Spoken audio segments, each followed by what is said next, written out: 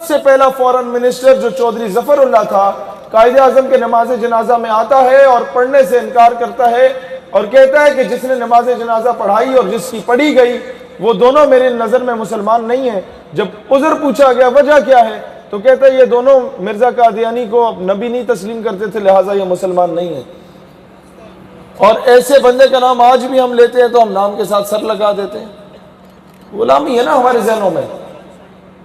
اب آپ کا تعلیمی نصاب اسلامی تعلیمی نظام کیوں نہیں آیا؟ یہی چودھری ظفر اللہ تھا جس نے اسد کی پوسٹنگ کروا دی، خلیجی ریاستوں میں بطور سفیر بھیج دیا، جس کو قائد اعظم نے ڈیوٹی اسائن کی تھی کہ اسلامی تعلیمی نظام لانا ہے۔ اس کی پوسٹنگ کرا دی گئی اور اس کا جہاز وہاں لینڈ نہیں کیا کہ اس سے پہلے ہی اس کی لائبریری کو آگ لگا دی گئی۔ اور اس کے بعد اس کے 60 سالوں کے بعد یا 55-60 سالوں کے بعد ایک عورت اٹھی جس نے دوبارہ یہ تہیہ کیا کہ I will relate physics, chemistry, mathematics and biology with اسلامیات۔ میں ایک اسلامی نظام تعلیم لے کے آؤں گی اس ملک میں۔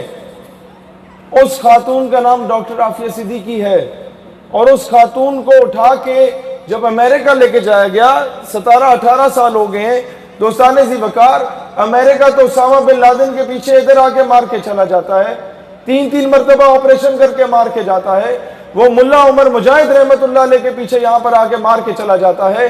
کئی آپریشنز ہوتے ہیں۔ مجھے یہ بتاؤ آج تک سارے بڑے بڑے لوگ جس سے امریکہ کو خطرہ تھا انہیں لا کے انہوں نے مار دیا، شہید کر دیا، عافیہ صدیقی کو زندہ کیوں رکھا ہوا ہے؟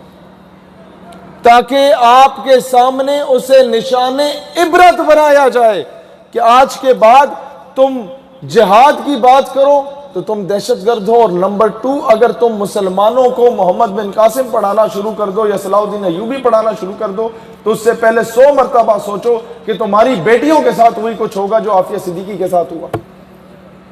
جب ایک مقتدی اٹھ کے سیدنا عمر فاروق رضی اللہ تعالیٰ عنہ سے پوچھ سکتا ہے کہ یہ نیا کرتا کہاں سے آیا، تو آپ یہ جواب میں نہیں کہتے کہ کیا تم نہیں جانتے کہ میں کتنے لاکھ مربع میل کا حاکم وقت ہوں؟